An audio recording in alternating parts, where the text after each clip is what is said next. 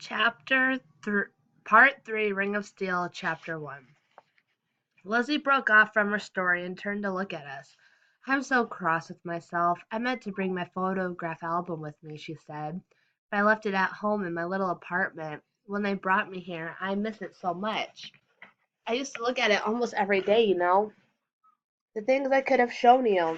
There is a photo of us all down on the farm when I was a small girl, and Carlisle was even smaller, just a baby, in Poppy's arms, in happier times. I love that photo.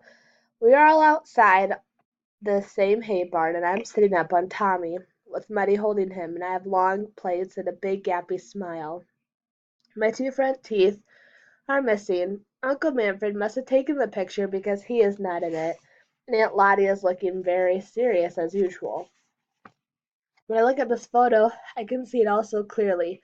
I can also breathe in the air of the countryside, and I have a photo also of Marlene, only one, but mostly it is of her trunk because she was trying to eat the camera. It is enough, though. Sometimes I worry that everything that happened might be some kind of dream, or that maybe I made the whole thing up. But I only have to look those photographs to know I did not, that it really did happen. I wish I had brought them with me. I wish I could show you. We could always go and fetch them if you like, I said. If you trust us with your key, that is. Of course I do, dear, she replied. After all, am I trusting you with my story, aren't I? I have never told anyone else. That would be kind, very kind. I have the key to my apartment here in my drawer, Carl. You might have to wiggle the key in the lock a bit, but you will manage. You can find it easily enough. Just around the corner from Main Street on George Avenue, the first house. You go up the steps, number 2. She was reaching towards her bedside cupboard as she spoke, but I hadn't the strength to pull open the drawer. So Carl did it for her, searching around till he found them. There was an elephant on the keychain. To remind me, she said, smiling. Then she noticed something else in her drawer, and her eyes brightened suddenly. Ah, now this I never leave behind, Carl. I never go anywhere without it. Can you pass it to me? This is what I wanted to show you. I had no notion at first, so asked what it might be, and from the look of puzzlement on his face, he handed it to her, and Carl didn't know either. It was a small round object made of metal, black in color. It's very heavy and cold, Carl said. What is it? But now I was beginning to think I recognized it for what it was. A compass? I said. Is that what it is? Lizzie was cradling it lovingly in her cupped hands, and for several moments seemed to overcome to speak. You are quite right, dear, she replied at last. This is a compass, to help you find your way. But this is not just any old compass, it is the best compass in the whole wide world, I promise you, because it has shown me the way through my life. She opened the lid and touched the face of it with her fingertips. I first saw this compass on that day, she went on. The day we found him lying there in the barn. I think sometimes that perhaps I had two beginnings in my life.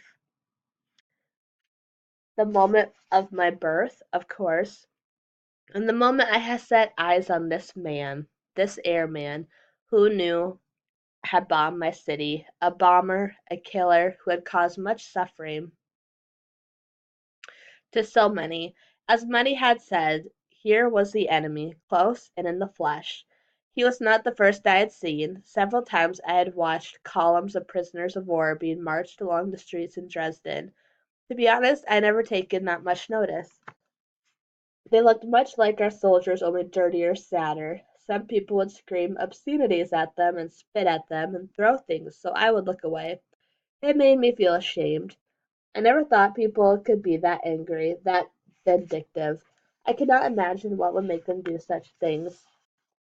But for just one moment, looking down at him lying there in the hay in Uncle's barn that morning, I understood it completely, and I hated him, and I hoped he was dead.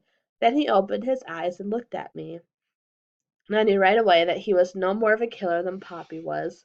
I often wondered afterwards what it must have been like to wake up and see the four of us staring down at him, Muddy with her pitchfork pointing right at his chest, and Marlene towering over us, her trunk reaching down towards him.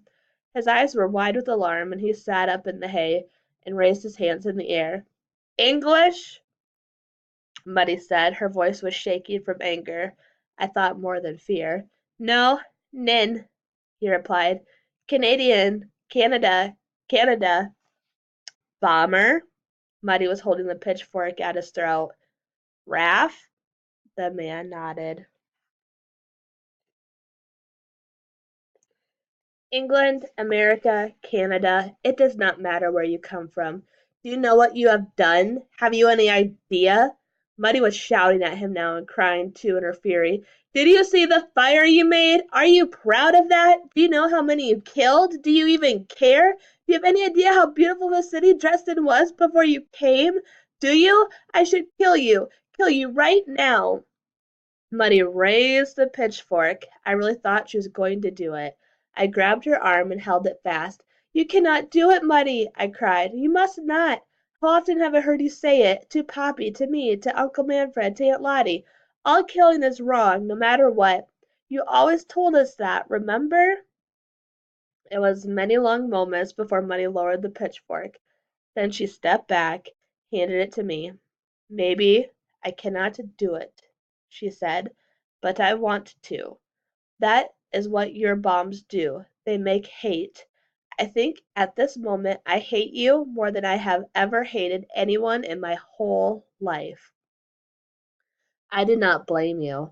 To our astonishment, the airman was speaking to Muddy in almost perfect German.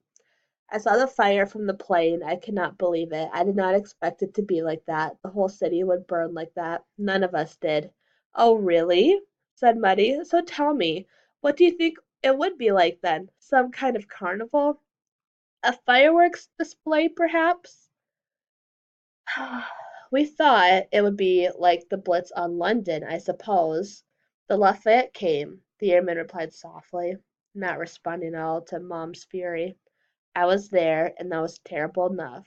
But last night it looked like the fires of hell. That's what we're doing in this war, all of us. On your side, on our side, we are making the hell on earth, and we do not seem to be able to know how to stop. And I am sorry. I know that enough, but that's all I can say. No one spoke for some time until my brother piped up, breaking the silence between us. Do you really fly a Spitfire? He asked. No, only Lancaster, I'm afraid. Lancaster, I'm afraid. And I didn't fly anyway. I'm not a pilot. I'm a navigator. And when he smiled, I remember thinking that he looked more like a boy than a man. And you navigated your way to Dresden so you could drop your bombs on thousands of innocent people, said Muddy. Well, bravo! How do you sleep at night? That is what I want to know. Looked at Muddy was looking about her, suddenly nervous. And the others? Where are the others of your crew? Are you alone? All dead, the airman replied. We were hit by a flask over the city. Everyone in the plane was killed except for Jimbo. He was the pilot, and me. Jimbo told me to get out right away, to jump. He said he would hold the plane as steady as he could and then follow me. But he never did. I saw the plane blow up as I was parachuting down, and he saved my life. And it's funny, because Jimbo and me, we never got along. He was a bit of a joker, he was. Thought he was one. This was all a big game, the war, I mean. Him and I, we'd have big arguments. And he turned out to be a pretty good buddy after all, didn't he? They were all good buddies, and they're all gone now. Don't you dare expect me to feel sorry for them, Muddy said, not so threatening towards him as he had been, but still angry at him. Not after what they did, what you did, and how come you speak German anyway? I have a Swiss mother, the airman told her, and a Canadian father. So I grew up speaking German and English. Carlyle was not concerned with any of this. He was full of his own questions. Muddy kept trying to stop him from speaking to the airman, but Carlyle ignored her. He wanted to know the man's name. Peter, said the airman. Peter Cam. Carl wanted to know how old he was. 21, came the reply. Then Carlyle took it upon himself to introduce everyone. I'm Carlyle, and I'm 9 years old. The elephant is named Marlene, and she is from the zoo in Dresden, and she is 4 years old. And I'm the only one who is allowed to ride on her. And this is Elizabeth. She is 16 and she's always telling me what to do. And Muddy is, well, she is Muddy. And I am hungry. Are you hungry, Peter? Muddy took him by the arm and pulled him away then. But Carl could not stop looking at the young man. The truth was, neither could I. I think I must have done nothing but stare at him the whole time. Now that he had a name, I found I was not looking so much at the uniform anymore. He was much taller than I expected when he got to his feet. Pitchfork in hand, Muddy ushered him out through the barn door. We left Marlene shut in there, helping herself busily to the hay and rumbling with pleasure. It was not difficult to break the window and let ourselves into the farmhouse. Muddy said she felt bad about having to do it, but the needs we had to do it. We could hardly stand out in the snow and wait, could we? We would explain it all to Aunt and Uncle when they came home, and they would understand. I was not sure they would. The stove was out, but it was still warm, and we thought they could not have been gone too long. Things were a mess, as if they had the place in a hurry. The more we looked around, and the more we were sure that they left soon. Like so many others, they had left to join the exodus westwards, taking with them what they could. Luckily for us, Uncle and Aunt Lottie must have left too much of a rush to take all their food with them. There were some rounds of cheese. Uncle Manfred always made his own, and we found fruits in jars and pickles too, and some honey. Best of all, down in the cellar, Muddy discovered a whole ham. I got the fire going in the stove.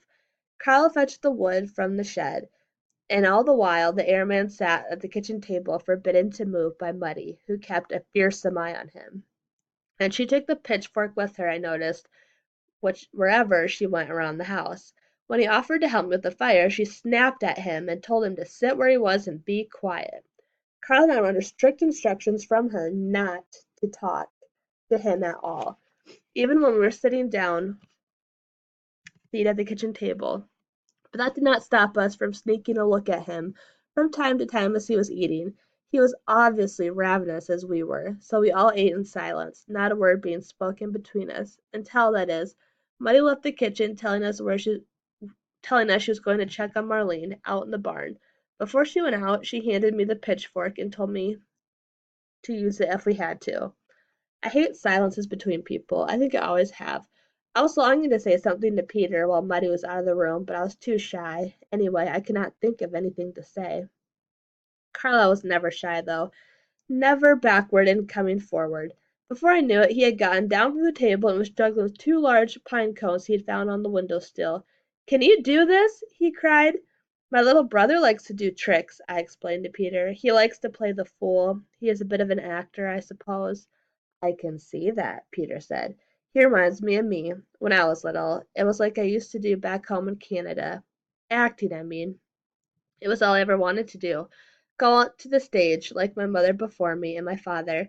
I'd just gotten to Toronto and all this happened. Anyway, it'll be over soon enough. And when it is, I'm going right back there. I can't wait. I liked to listen to him talk. He was full of spirit, so determined. The truth was that I was enjoying his company, even though, of course, I knew that I should not be. The thing was, you see, that I could tell he liked being with me, talking to me, looking at me. I think maybe this is why I felt at once so much ease with him. When you are young and you find the first time that someone likes you, like this, is powerful. Very powerful. But Carlyle soon had Peter's attention again, with his wretched juggling. 4 pine cones now! He was getting ambitious. A few minutes later, when Muddy came back in, she found Peter and Carlyle cross-legged on the floor in front of the stove, deep in conversation. Peter had something in his hand and was showing it to Carlyle, who was fascinated by it. I couldn't quite make out what they were saying or what it was, but I was busy at the sink by now, and not paying much attention, and Muddy shouted for him to come up at once. Look, Muddy, he said, ignoring her completely. Peter has a compass. He says it is like magic. He's been telling me all about it. Do you know he's only got to point it in the right direction and it'll take him all the way home? He's not going home, Carlyle, Muddy said, taking Carlyle by the arm and pulling him to his feet. I told you not to talk to him, didn't I? It was my fault, the airman said, holding up his hands. Look, I'm sorry. You're always sorry, Muddy went on bitterly. You are very good at being sorry.